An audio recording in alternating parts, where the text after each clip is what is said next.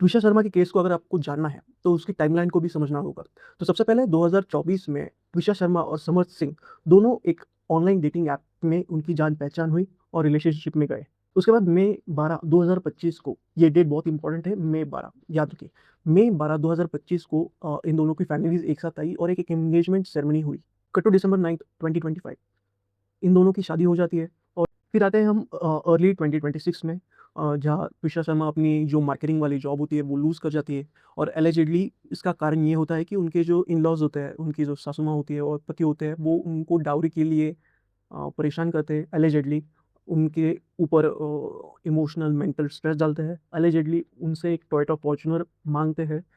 तो ये tensions early 2026 में शुरू हो जाते हैं। इसके बाद मई 7, 2026 को ट्विशा शर्मा का एक अबॉर्शन होता है। अब वो एक बहुत ही अनसर्टेन और अननोन कंडीशंस और सर्कमस्टेंसेस के अंडर होता है। इसकी हमें अभी कोई पूरी इन्फॉर्मेशन नहीं है कि उन्होंने वो डिसीजन क्यों लिया या इन-लॉज़ का उन पे कोई प्रेशर था या नहीं। अब आते हैं मई 12, 2026 को। मैंने आपको एक डेट याद रखने को बोला था, मई 12, 2025। ठीक 1 साल पहले इन दोनों की एंगेजमेंट हुई थी और इस साल मई 12 को ट्विशा शर्मा अपनी एक फ्रेंड को मैसेज सेंड करती है, आई एम ट्रैप्ड ब्रो।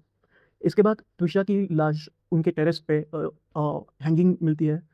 मई 13 को ट्विशा की फैमिली नोएडा से भोपाल आ जाती है और एलिज करती है कि इसमें डाउरी एलिगेशंस उनकी फैमिली पे लगाती है और इन्वेस्टिगेशन की डिमांड करती है।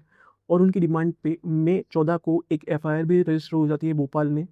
फिर इसके एक दिन बाद मई 15 को समर्थ सिंह और गिरिबाला सिंह भोपाल के सेशंस कोर्ट में एंटिसिपेटरी बेल के लिए एप्लीकेशन देते हैं। गिरिबाला सिंह जो उनकी मदर इन लॉ थी, उनको मिल जाता है एंटिसिपेटरी बेल, पर समर्थ सिंह को वो नहीं मिलता, तो वो वहाँ से भाग जाते हैं। मई 18-19 में ही जो मदर इन लॉ थी गिरिबाला सिंह, उन्होंने एक कंट्रोवर्शियल प्रेस कॉन्फ्रेंस अरेंज किया, जिसमें उन्होंने ट्विशा शर्मा के ऊपर ड्रग अब्यूज़, मेंटल हेल्थ के ऊपर आरोप लगाए कि वो पहले से ही मेंटली अनस्टेबल थी एलिजिडली। और इसी वजह से उन्होंने अपनी सुसाइड की। 22 मई यानी कि आज हाईकोर्ट ने उनकी याचिका को एक्सेप्ट किया और ट्विशा की सेकंड ऑटोप्सी के लिए उन्होंने अप्रूवल दे दिया है।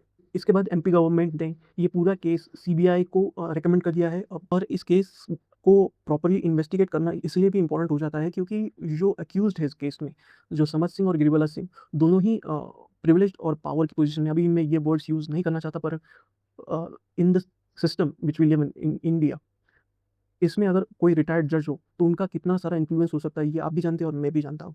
तो इसीलिए सीबीआई प्रोब होना बहुत ही इम्पोर्टेंट है। तो आगे हम देखेंगे इस केस में क्या अपडेट्स होते हैं। अगर आप इस केस को फॉलो करना चाहते हैं, तो मेरे चैनल को सब्सक्राइब करें। कल फिर से मैं एक अपडेट वीडियो इस पे बनाऊँगा।